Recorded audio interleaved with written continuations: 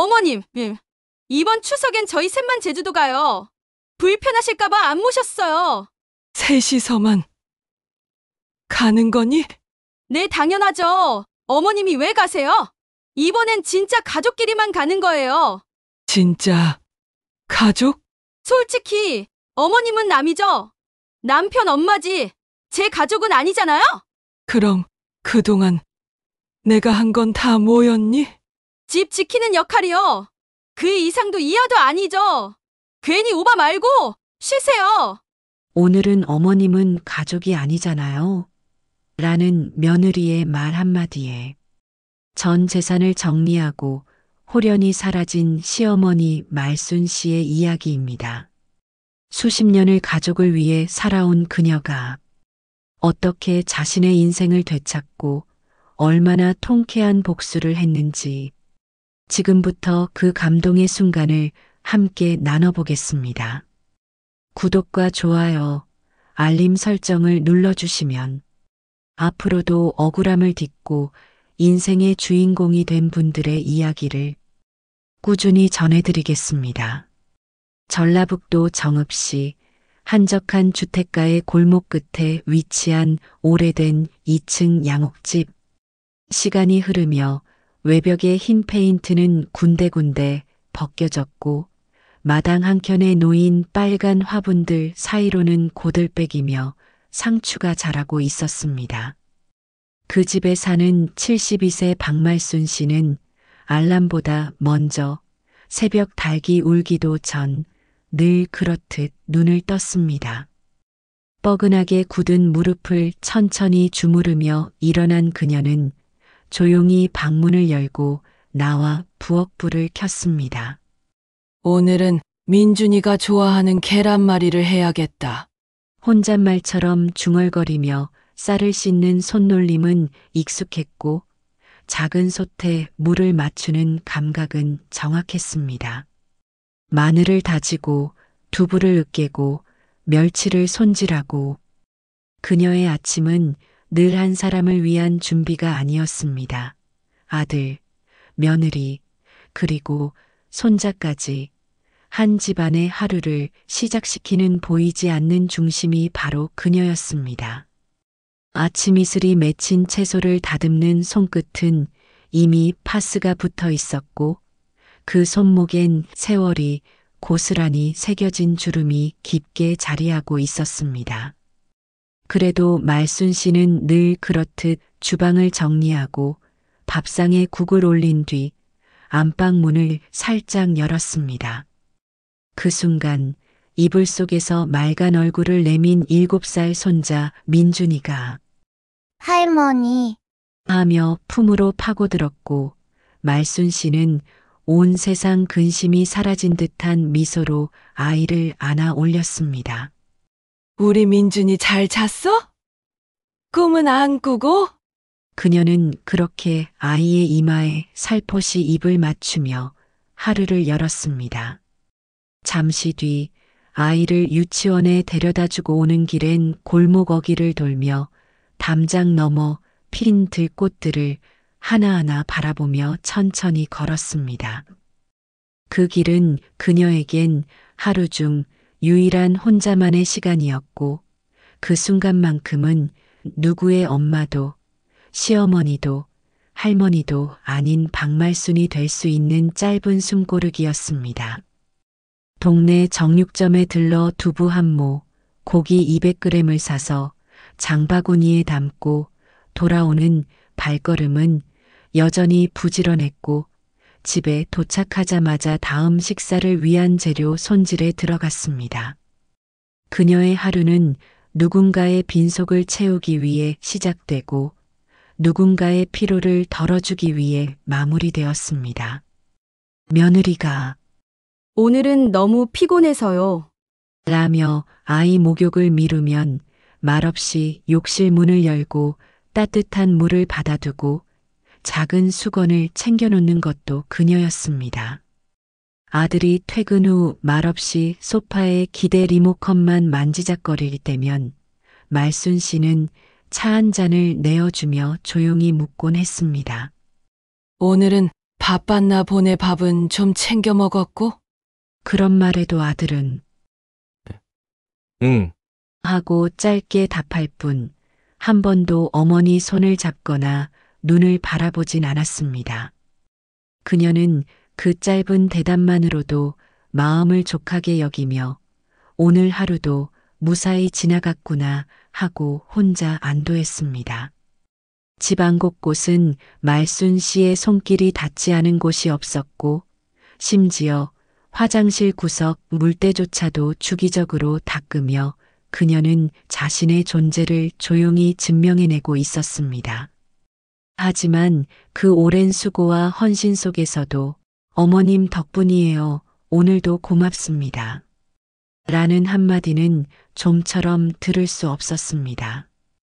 그럼에도 말순 씨는 아무렇지 않다는 듯 하루를 준비했습니다. 자식들 뒷바라지는 부모 몫이지. 그게 당연한 거 아니여? 그녀는 그렇게 스스로를 달래며 찜질팩을 데우고 온몸에 파스를 붙인 채 내일 아침 반찬거리를 고민하고 있었습니다. 그녀는 몰랐습니다. 지금 자신이 짊어진 이 일상이 조용히 자신의 이름조차 잊어가고 있는 무게라는 것을. 그러던 어느 날 오후였습니다. 그날따라 하늘은 유난히도 파랬고 햇살은 부엌 창으로 따스하게 쏟아졌습니다. 말순 씨는 흐르는 땀을 손등으로 닦아가며 조심스럽게 무나물을 볶아내고 있었습니다. 무는 제철이라 달고 아이도 좋아할까 싶어 멸치 육수를 듬뿍 넣었고 조기 한 마리는 바삭하게 굽기 위해 약한 불에 정성껏 뒤집는 중이었습니다. 기름 냄새가 번져가자 부엌 창문을 열기 위해 조심스레 팔을 뻗는 순간 현관 쪽에서 탁탁 구두 굽소리가 들렸습니다. 곧 이어 외출 복장을 단단히 갖춘 며느리 서지연 씨가 성큼성큼 거실을 지나 부엌 앞으로 다가오더니 눈도 마주치지 않은 채 담담한 목소리로 말을 꺼냈습니다. 어머님, 이번 추석에 저희 가족끼리 제주도 다녀오려고요. 말순 씨는 한 손에 젓가락을 쥔 채 순간 멈칫했습니다. 가족끼리라는 단어가 귀에 걸렸지만 애써 무덤덤한 표정을 지으며 조용히 물었습니다. 그래? 제주도라 민준이도 좋겠네. 나도 준비해야겠다. 몇 시 비행기니? 하지만 지연 씨는 어딘가 머뭇거리며 살짝 고개를 돌린 뒤 말을 덧붙였습니다. 아, 아니요. 그게 어머님은 그냥 이번엔 진짜 우리 가족끼리만 가는 거니까요. 어머님은 가족은 아니잖아요. 말순 씨의 손에서 젓가락이 툭 하고 떨어졌습니다. 마치 그 한마디가 가슴을 찌르는 송곳처럼 날카롭게 박혔고 이어지는 정적은 집 안전체를 가둬버린 듯 했습니다. 눈을 마주칠 생각조차 하지 않은 며느리는 그 말을 끝으로 아무 미련 없이 돌아섰고 이내 현관문이 쾅 소리를 내며 닫혔습니다. 문이 닫히는 소리는 의외로 컸습니다. 쾅 하는 소음이 단단한 현관을 타고 퍼져나가더니 이내 집 안을 툭 하고 멈춰 세웠습니다. 잠깐의 진동이 먹고 나자 거실에는 기이할 만큼 완전한 정적이 찾아왔습니다. TV는 꺼진 채 벽에 걸린 시계 초침 소리만이 톡톡 조용히 박자를 쪼갤 뿐이었습니다. 방금 전까지 조기 굽던 냄새는 아직 공기 중에 떠 있었고 기름에 튀긴 무의 고소한 향이 창문 쪽으로 천천히 빠져나가고 있었습니다. 하지만 그 향조차 이젠 말순 씨의 눈물과 뒤엉켜 허무하고 슬픈 냄새가 되어버린 듯 했습니다. 그녀는 젓가락을 놓은 채 부엌 한가운데 멈춰 서 있었습니다. 마치 누군가 갑자기 정지 버튼을 눌러버린 것처럼 말순 씨의 몸도 마음도 생각도 모두 고장이 난 듯 움직이지 않았습니다. 겨우 정신을 가다듬고 부엌 쪽으로 발걸음을 옮긴 그녀는 습관처럼 냉장고 문을 열었습니다. 그리고 그 안을 바라본 순간 말순 씨는 두 눈이 뜨거워지는 것을 느꼈습니다. 불빛 아래 가지런히 놓인 반찬통, 정성 들여 만든 가지볶음, 무생채, 멸치볶음이 고요히 그녀를 바라보고 있었습니다. 며느리 입맛을 맞춘 가지볶음은 일부러 간장을 줄여 만들었고 무생채는 고춧가루를 덜어낸 순한 맛이었습니다. 하나하나 이 집에 나 말고 누군가가 맛있게 먹기를 바란 마음으로 만든 음식들이었습니다. 하지만 오늘만큼은 아니, 어쩌면 태어나 처음으로 그 반찬통 중 어느 하나도 꺼낼 수 없었습니다. 뚜껑에 손이 닿기도 전에 손끝에서 힘이 빠졌고 그저 문만 닫았습니다. 그리고 그녀는 말없이 조용히 냉장고 앞에 주저앉았습니다.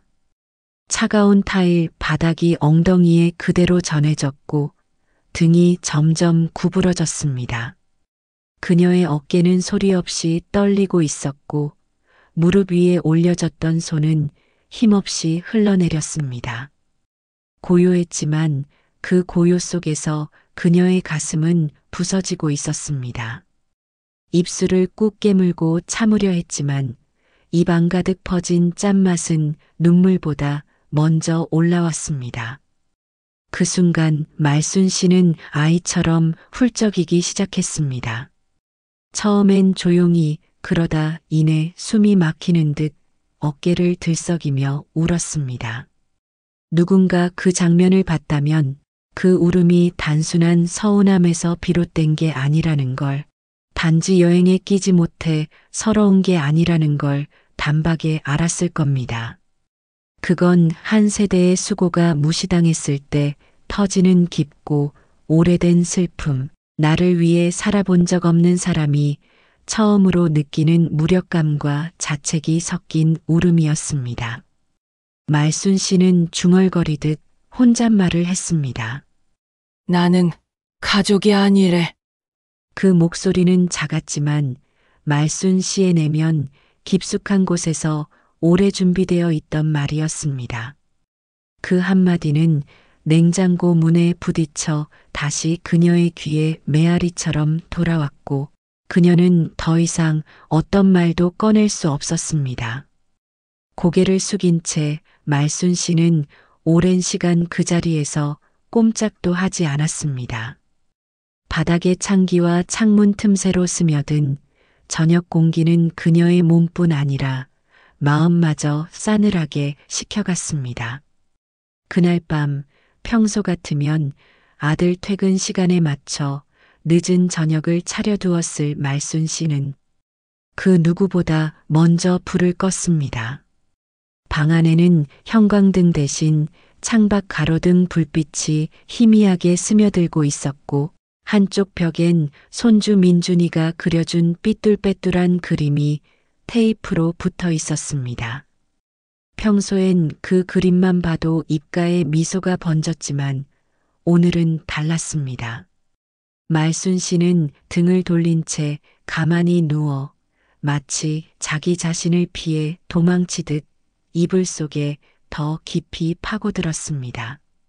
눈은 감겼지만 잠은 오지 않았고 베개 끝자락엔 이미 마른 눈물 자국이 뚜렷하게 남아 있었습니다.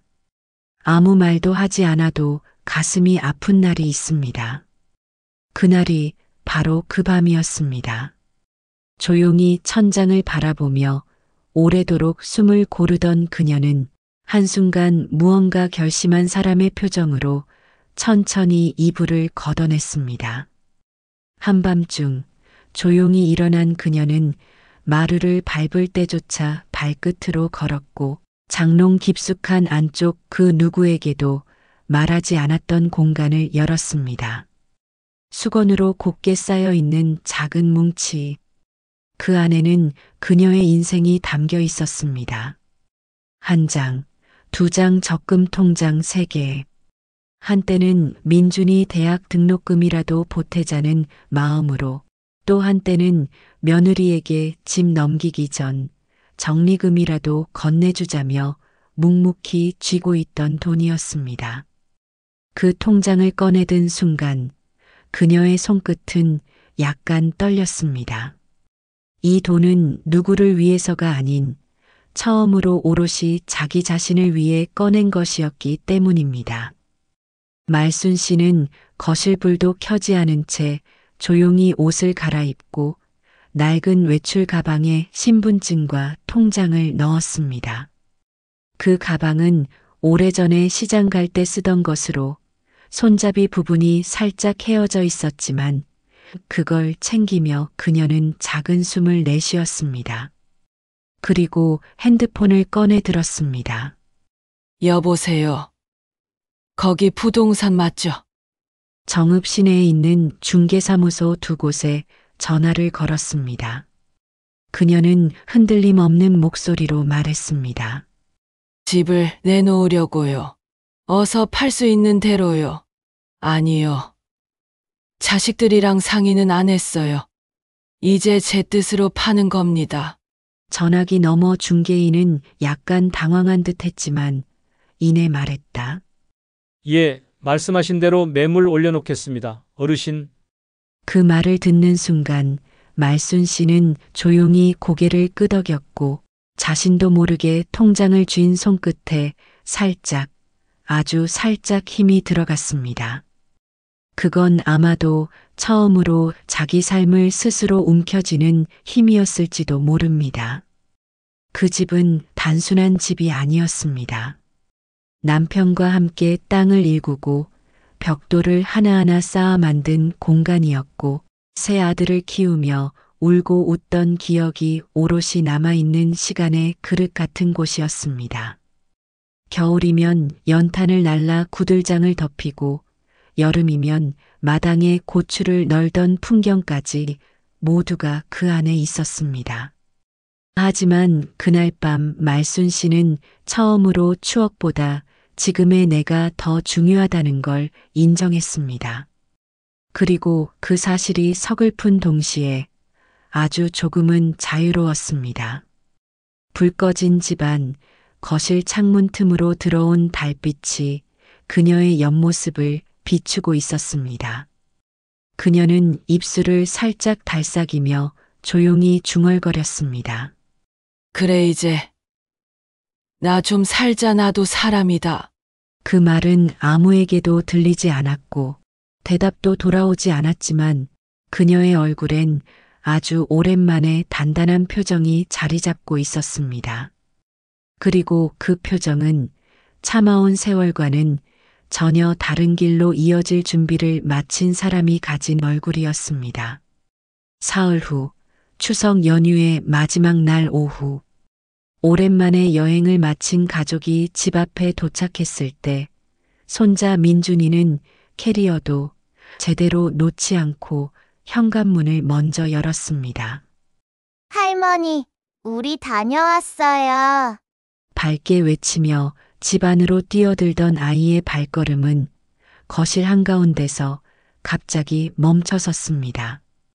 그 아이의 눈앞에 펼쳐진 건 어딘지 낯선 풍경이었습니다. 텅 빈 식탁, 정리된 싱크대, 항상 놓여있던 주전자와 물병조차 자취를 감췄습니다. 부엌엔 밥 냄새도 국물 끓는 소리도 없었고 대신 고요함이 마치 사람이 떠난 빈집처럼 집 전체를 감싸고 있었습니다. 민준이는 혼잣말처럼 중얼였습니다. 할머니, 어디 가신 거야? 그 뒤를 따라 들어온 며느리 지연은 눈살을 찌푸리며 주변을 둘러봤습니다. 뭐야? 왜 이렇게 조용해? 방문을 열어보고 화장실 문도 열었지만 말순 씨의 흔적은 어디에도 없었습니다. 언제나 현관 옆에 놓여있던 앞치마도 사라졌고 욕실 선반엔 말순 씨가 매일 아침 챙겨 먹던 관절약, 혈압약, 소화제통이 모두 비워져 있었습니다. 거실엔 단 하나 작은 메모지 한 장이 조용히 놓여 있었습니다. 하얀 종이 위에 적힌 글씨는 분명 말순 씨의 필체였습니다. 지연은 무심코 그 쪽지를 들고 읽었습니다. 가족 아니라며? 그 말 잘 기억해. 이제는 나도 나 좀 챙기며 살려고 해. 내 평생 나를 위해 한 번쯤은 살아보고 싶었거든. 걱정은 마라. 나 잘 있어. 정말로 잘 지낼 거야.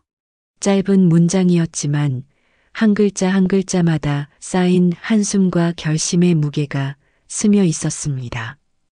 쪽지를 읽던 지연의 얼굴에서 당황한 기색이 떠올랐고 그때까지 말없이 옆에서 조용히 듣고 있던 남편 태영의 얼굴이 천천히 굳어졌습니다. 태영은 천천히 그러나 깊이 숨을 내쉬더니 메모지를 건네받았습니다. 그의 손은 살짝 떨렸고 종이를 바라보는 눈빛은 서늘하게 식어가고 있었습니다. 이윽고 그는 낮은 목소리로 아내를 향해 물었습니다. 당신 그 말 진심이었어? 지연이 애써 웃으며 둘러대려 했습니다. 아니, 그게 그렇게까지 심각하게 받아들일 일은 아니잖아. 그냥 분위기상 그런 거지. 하지만 태영은 그녀의 말을 끝까지 듣지 않았습니다. 그동안 한 번도 목소리를 높인 적 없던 남편이 처음으로 아내를 향해 단호한 목소리로 외쳤습니다.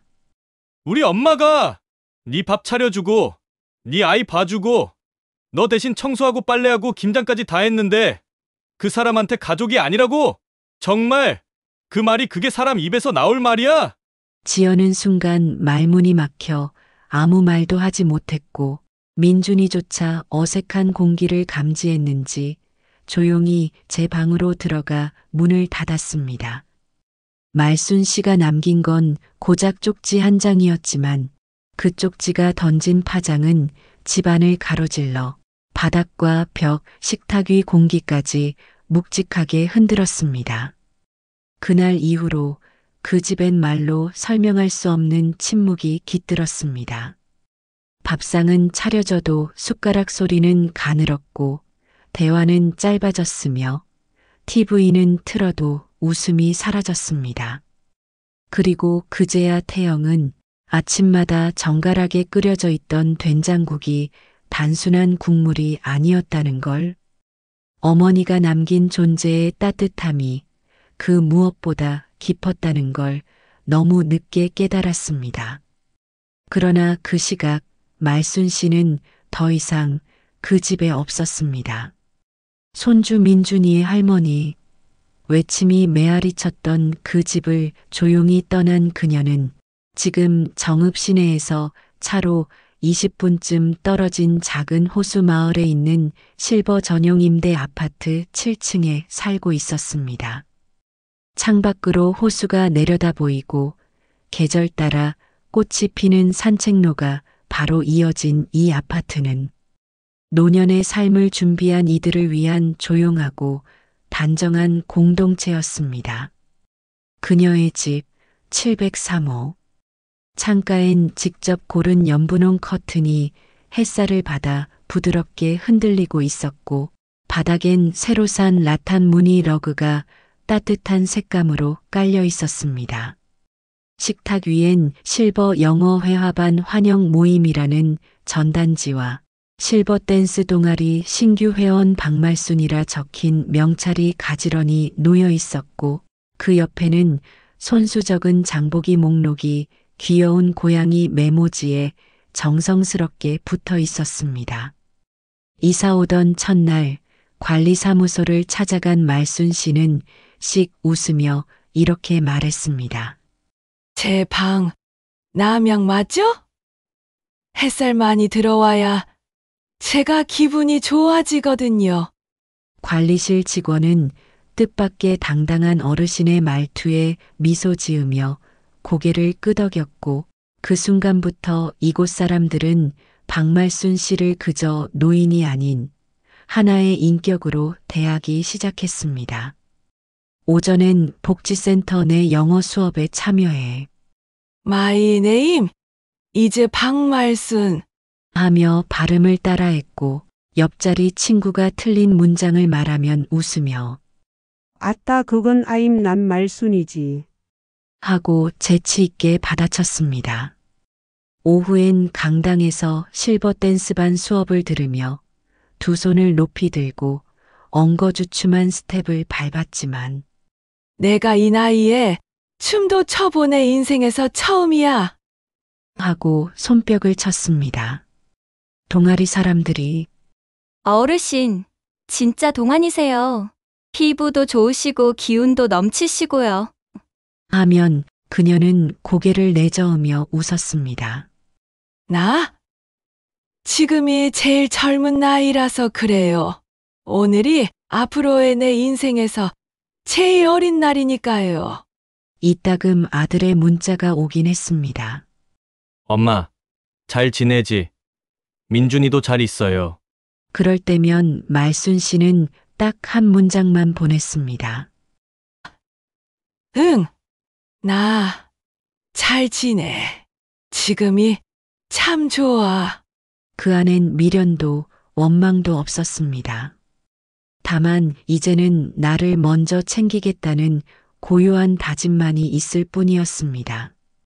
매주 목요일이면 지역 실버 여행 모임에서 소풍도 다니고 저녁이면 베란다에 앉아 손글씨로 일기를 씁니다. 오늘의 나 참 괜찮았다. 다시 태어나도 오늘 같은 하루라면 또 살아볼 수 있겠다. 그렇게 몇 달이 흘렀습니다. 처음에는 혼자 사는 삶이 낯설어 멍하니 앉아있던 시간이 많았지만 이제 말순 씨의 하루는 눈코 뜰 새 없이 바쁘고 활기찼습니다. 복지관 강사들 사이에서도 그녀는 처음엔 조용했는데 갈수록 빛이 나는 분이라는 이야기를 들을 정도였습니다. 댄스 동아리에서는 누구보다 먼저 음악에 맞춰 박자를 외우고 친구들이 헷갈려하면 여기서 왼발 먼저야. 봐봐, 내가 해볼게. 하며 앞에 나가 시범을 보이기도 했습니다. 매달 열리는 동아리 회식엔 직접 담근 나박김치를 싸들고 와 이건 물 많이 안 넣고 약간 시원하게 했어요. 속 안 상하게. 하며 서툰 손놀림으로 종이컵을 하나하나 나눠주었고 그 김치 국물 한 모금에 웃음꽃이 피는 일이 잦아졌습니다. 그런 말순 씨의 소문은 자연스레 동네를 넘어갔고 마침내 지방 N방송국의 다큐멘터리 프로그램 40 이후 인생 제작진의 귀에도 들어가게 되었습니다. 노년에 접어든 후 자기 삶을 되찾은 분을 찾고 있어요. 노년의 자기 돌봄이란 주제로 인터뷰를 기획 중인데 복지관에서 추천한 1순위가 박말순 어르신이더라고요. 이야기를 전해 들은 말순 씨는 잠시 망설였습니다. 카메라 앞에 선다는 건 생전 처음 있는 일이었고 누가 내 이야기를 궁금해할까 싶은 마음도 있었지만 복지관 친구들의 말순 언니, 진짜 잘 어울릴 것 같아. 라는 응원에 용기를 냈습니다. 촬영날 아침 그녀는 베란다에서 다려둔 하늘색 블라우스를 꺼내 입었습니다. 머리는 단정히 빗고 손거울로 주름진 얼굴을 한참 바라보다가 조용히 웃었습니다. 이 얼굴도 나고 이 나이도 나지. 내가 여기까지 살아온 증거니까. 촬영은 그녀의 작고 따뜻한 아파트 거실에서 시작됐습니다. 식탁 위엔 항상 놓여있는 그녀의 일기장과 독서 안경, 베란다 창틀엔 민들레 화분이 바람을 타고 흔들리고 있었습니다. 카메라는 그 풍경을 담고 말순 씨는 흔들의자에 앉아 조용히 커피를 마시고 있었습니다. 햇살이 창으로 쏟아져 들어오던 그때 진행자가 질문을 꺼냈습니다. 박말순 어르신. 지금의 삶이 굉장히 단단하고 아름다워 보입니다. 그런데 이 모든 변화가 두렵진 않으셨어요? 자식들과 떨어져 지내며 홀로 다시 살아간다는 건 쉬운 결정이 아니었을 텐데요. 말순 씨는 조용히 시선을 창밖으로 옮겼습니다. 호수 건너편에서 아이들이 연을 날리는 모습이 눈에 들어왔고 그 풍경을 보며 잠시 눈을 감았습니다. 그리고 다시 천천히 고개를 들며 말했습니다. 그 눈빛엔 아들 엄마로 살았던 시간의 서러움, 며느리 시어머니로 견뎌온 날들의 외로움, 그리고 지금의 평온과 당당함이 겹쳐 있었습니다. 늦게라도 알아서 다행이에요. 자식보다 나를 아끼는 법을요. 그녀는 이어 또박또박 말을 이었습니다. 예전엔 내가 없었어요. 그저 아들 엄마였고 누군가의 시어머니였고 손주의 할머니였죠. 늘 누군가의 뒤에 숨은 이름으로 살았어요. 근데 이젠요. 박말순이에요. 그냥 나. 내가 좋아하는 시간에 일어나고 내가 좋아하는 사람들과 수다 떨고 오늘 뭐 먹을까를 내가 정하죠. 내가 행복하니까 남한테도 따뜻한 사람이 되더라고요. 그 말이 끝나자 인터뷰 현장은 잠시 정적에 휩싸였습니다. 스튜디오 한켠에 앉아있던 젊은 여성 제작진 한 명이 손등으로 조용히 눈가를 훔쳤고 촬영 감독은 아무 말 없이 카메라 앵글을 천천히 말순 씨의 옆모습에 맞췄습니다. 화면은 점점 어두워지며 그녀가 복지관 친구들과 호숫가를 걷는 장면으로 전환됐습니다. 가을빛이 비치는 잔잔한 물결 위로 그녀의 뒷모습이 비쳤고 그 위로 내레이션이 잔잔히 흐르기 시작했습니다. 그녀는 말합니다. 자신의 이름으로 사는 삶, 지금부터라도 늦지 않다고. 여러분은 박말순 어머님의 결단, 어떻게 보셨나요?